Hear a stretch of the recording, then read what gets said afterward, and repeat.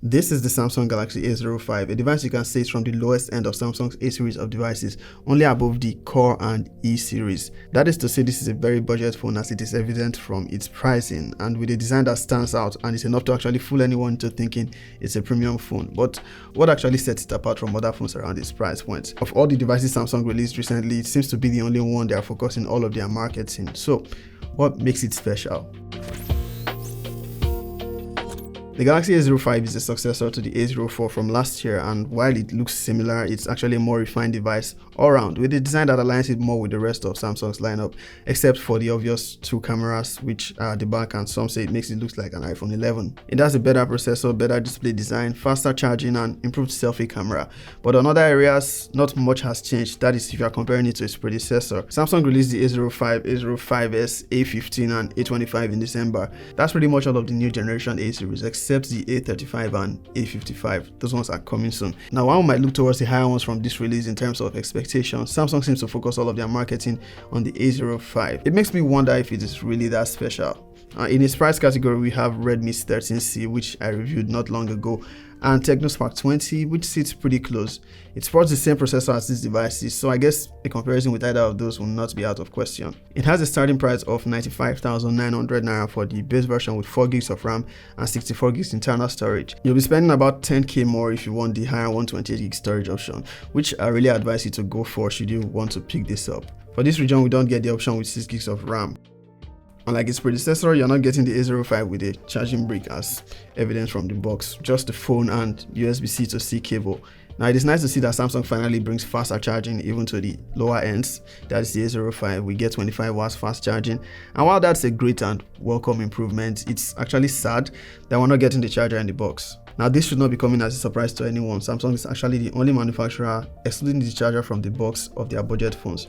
Correct me if I'm wrong. Now, for a smartphone under $100 in price, the A05 looks really solid in terms of design and build quality. It is one of the better looking budget phones out there. One more camera on the rear and you'll be mistaking it for an S series device. Now, the back material, while it is glossy, is actually plastic, or in Samsung's language, glastic. You'll notice stripe pattern underneath the back panel. It has an overall flat design unlike its predecessor, which is curved on the back. Holding this phone outside, I've actually had a few persons doubting that it's a Samsung budget phone, as it doesn't only look premium, but it actually feels so on the hand. So on overall build quality, I'll say it's a solid one. The display has also seen some improvement, particularly with the bezels. It's slightly slimmer. It's still a thick chin though, but no complaints there. It's a budget phone. The notch is also now a U notch, a noticeably thinner one than we get on the A05s. For a second, I thought it was an AMOLED display because whenever you see a U notch on a budget Samsung phone, it meant AMOLED, particularly when referencing the A22, A32, and some of the other higher A series devices. But holding it, I realized this actually an LCD display, 720p LCD, which looks good, not the most vibrant, but it looks good. It is 6.7 inches in size, that is 0.2 inches more than the A04. Unlike other smartphones around this price, this comes with a 60Hz display. Not much to complain here, as I assume those going for an entry-level phone like this will hardly be concerned about refresh rate, especially since the software experience is actually great for the most part.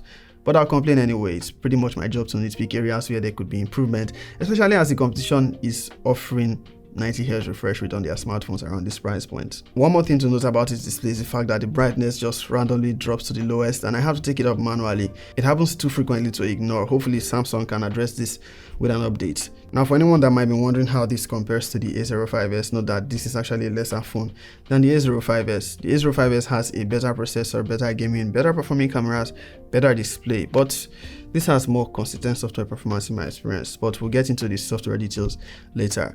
Also, still talking about how it compares to other devices, it lacks a fingerprint scanner, which I don't see any reason why it should, but it's one of the areas Samsung has cut corners here. It still gets the less secure face unlock option, which doesn't always work well, especially when there's not much light around.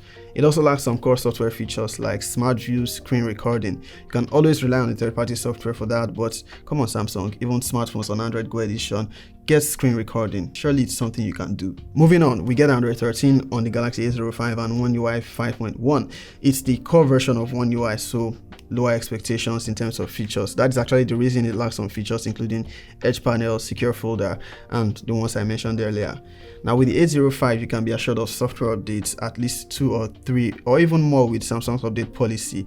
It's actually going to be getting the most software updates you can expect for budget phones in this category. Actually, among similarly priced budget phones, I can almost guarantee that you will get full Android 14 on this phone before the competition, with OneUI 6 of course. I'm curious to see if Samsung will bring the screen recording option with that update, though I won't keep my hopes up because the A24 did not get screen recording with OneUI 6. OneUI remains one of the better Android skins out there. Now, aside its optimization with animation, sometimes it is neat and is mostly consistent. Correct me if you think otherwise. The software experience has satisfied me more than I could say for the A05s. It did not lag on me as much. It is not the snappiest, but it's still consistent. Although there's still some shutter lag with the camera, but not as bad as I had on the A05. It responds when you take a photo, as long as you don't try to take more photos less than a second apart. Of course, that's not a deal breaker. It's a budget phone. It does other things really well. You just have to manage those expectations. There's actually really no perfect phone, especially as your budget gets smaller. On the performance side of things, the Galaxy A05 is powered by a MediaTek Helio G85.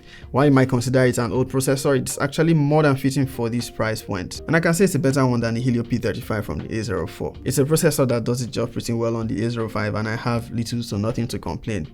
While the A05 lacks OneUI features like edge panel, we still get the features like split screen and pop-up view for multitasking, which gives you decent multitasking experience. Now, as I've previously mentioned, in this region we only get the one with 4 gigs of RAM and 64 gigs of internal storage or 128 gig storage options. I'll still re-emphasize going for the 128 gig option, as OneUI does not really handle itself well on budget phones when the storage is getting filled up. You can of course support it with a micro SD card, but more internal storage is the safest way to go. Now, can the A05 game? It has a MediaTek Helio G chipset after all. Well, yes and no. Yes, because it runs the games you throw at it just fine as long as you stick to low settings and understand this to be an entry-level phone. Now, this is not really one of those phones you should be buying for the purpose of gaming. On the games I tried, it did fine with Asphalt 9. It handled it well, no lags, no heating. With Call of Duty Mobile, however, I noticed increase in temperature, not to uncomfortable levels, but it ran warmer than with Asphalt. Also, I got noticeable lags while playing at the medium graphics settings and high frame rate. It was playable, but the lags were significant. On reducing the graphics to low, it played better, but I still experienced some lag. Probably would have performed better with a 90Hz display, because other devices running on the G85 with higher refresh rate displays actually perform better with Call of Duty Mobile based on my experience. That is with low graphics settings. But again, this is not one to pick up for its gaming abilities. Now, in the battery department, there is absolutely no complaints whatsoever. It's a 5000 mAh battery, and you will have no issues using it into the next day as an average user. 25 watts fast charging is solid, and it will boost your phone within 70 minutes if drained. You just need to get a good 25 watts fast charger for extra cost. Now to the cameras, where I actually have some complaints. The camera specifications remains mostly the same from the A04, except for the selfie camera, which is improved to 8 megapixels. Now, I experienced some lag with the camera software, not exactly shutter lag, but switching between modes was actually unresponsive sometimes, not all the time, and when I filmed videos on the selfie camera, it was stuttery. Now, in terms of results, I found the photos from the rear cameras to be okay. It captures good photos. You probably can't tell if it was done on a budget phone. The colors look okay, and the results come out sharp for the most part. However, you have to be still when taking photos, and sometimes you actually end up with images out of focus. Just try not to take photos in a hurry. On the selfie camera is where I have the most complaints. When it works, it does okay with the results, but there are inconsistencies. HDR processing barely kicks in, and when it actually does, sometimes the results are not great. And it's not a matter of lighting conditions. I've also had other users complain of a red tint in the processing sometimes. Hopefully Samsung can address this with a software update, and really soon. The Galaxy A05 is capable of shooting 1080p 60fps videos from its cameras. With the rear camera, aside the lack of stabilization, the videos turn out okay for an entry-level phone. On the selfie camera, however, as I mentioned earlier, I noticed significant stutters while recording, and I was hoping it won't make it to the actual recorded footage. Now, while this is not a regular occurrence, and I've had it do better on other days, you really don't want to find yourself with stuttery footage when you actually need to take that important video. The Galaxy A05 is okay for an entry-level phone, but it could use some improvements. I mean, more optimization for the camera software, also for the image processing on the selfie camera.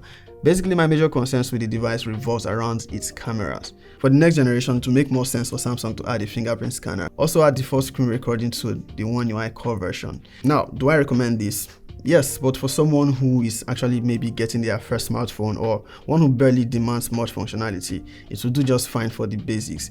You should definitely not pick this up and expect it to handle heavy usage.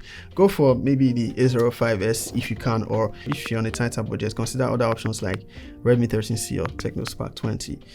That's all from me.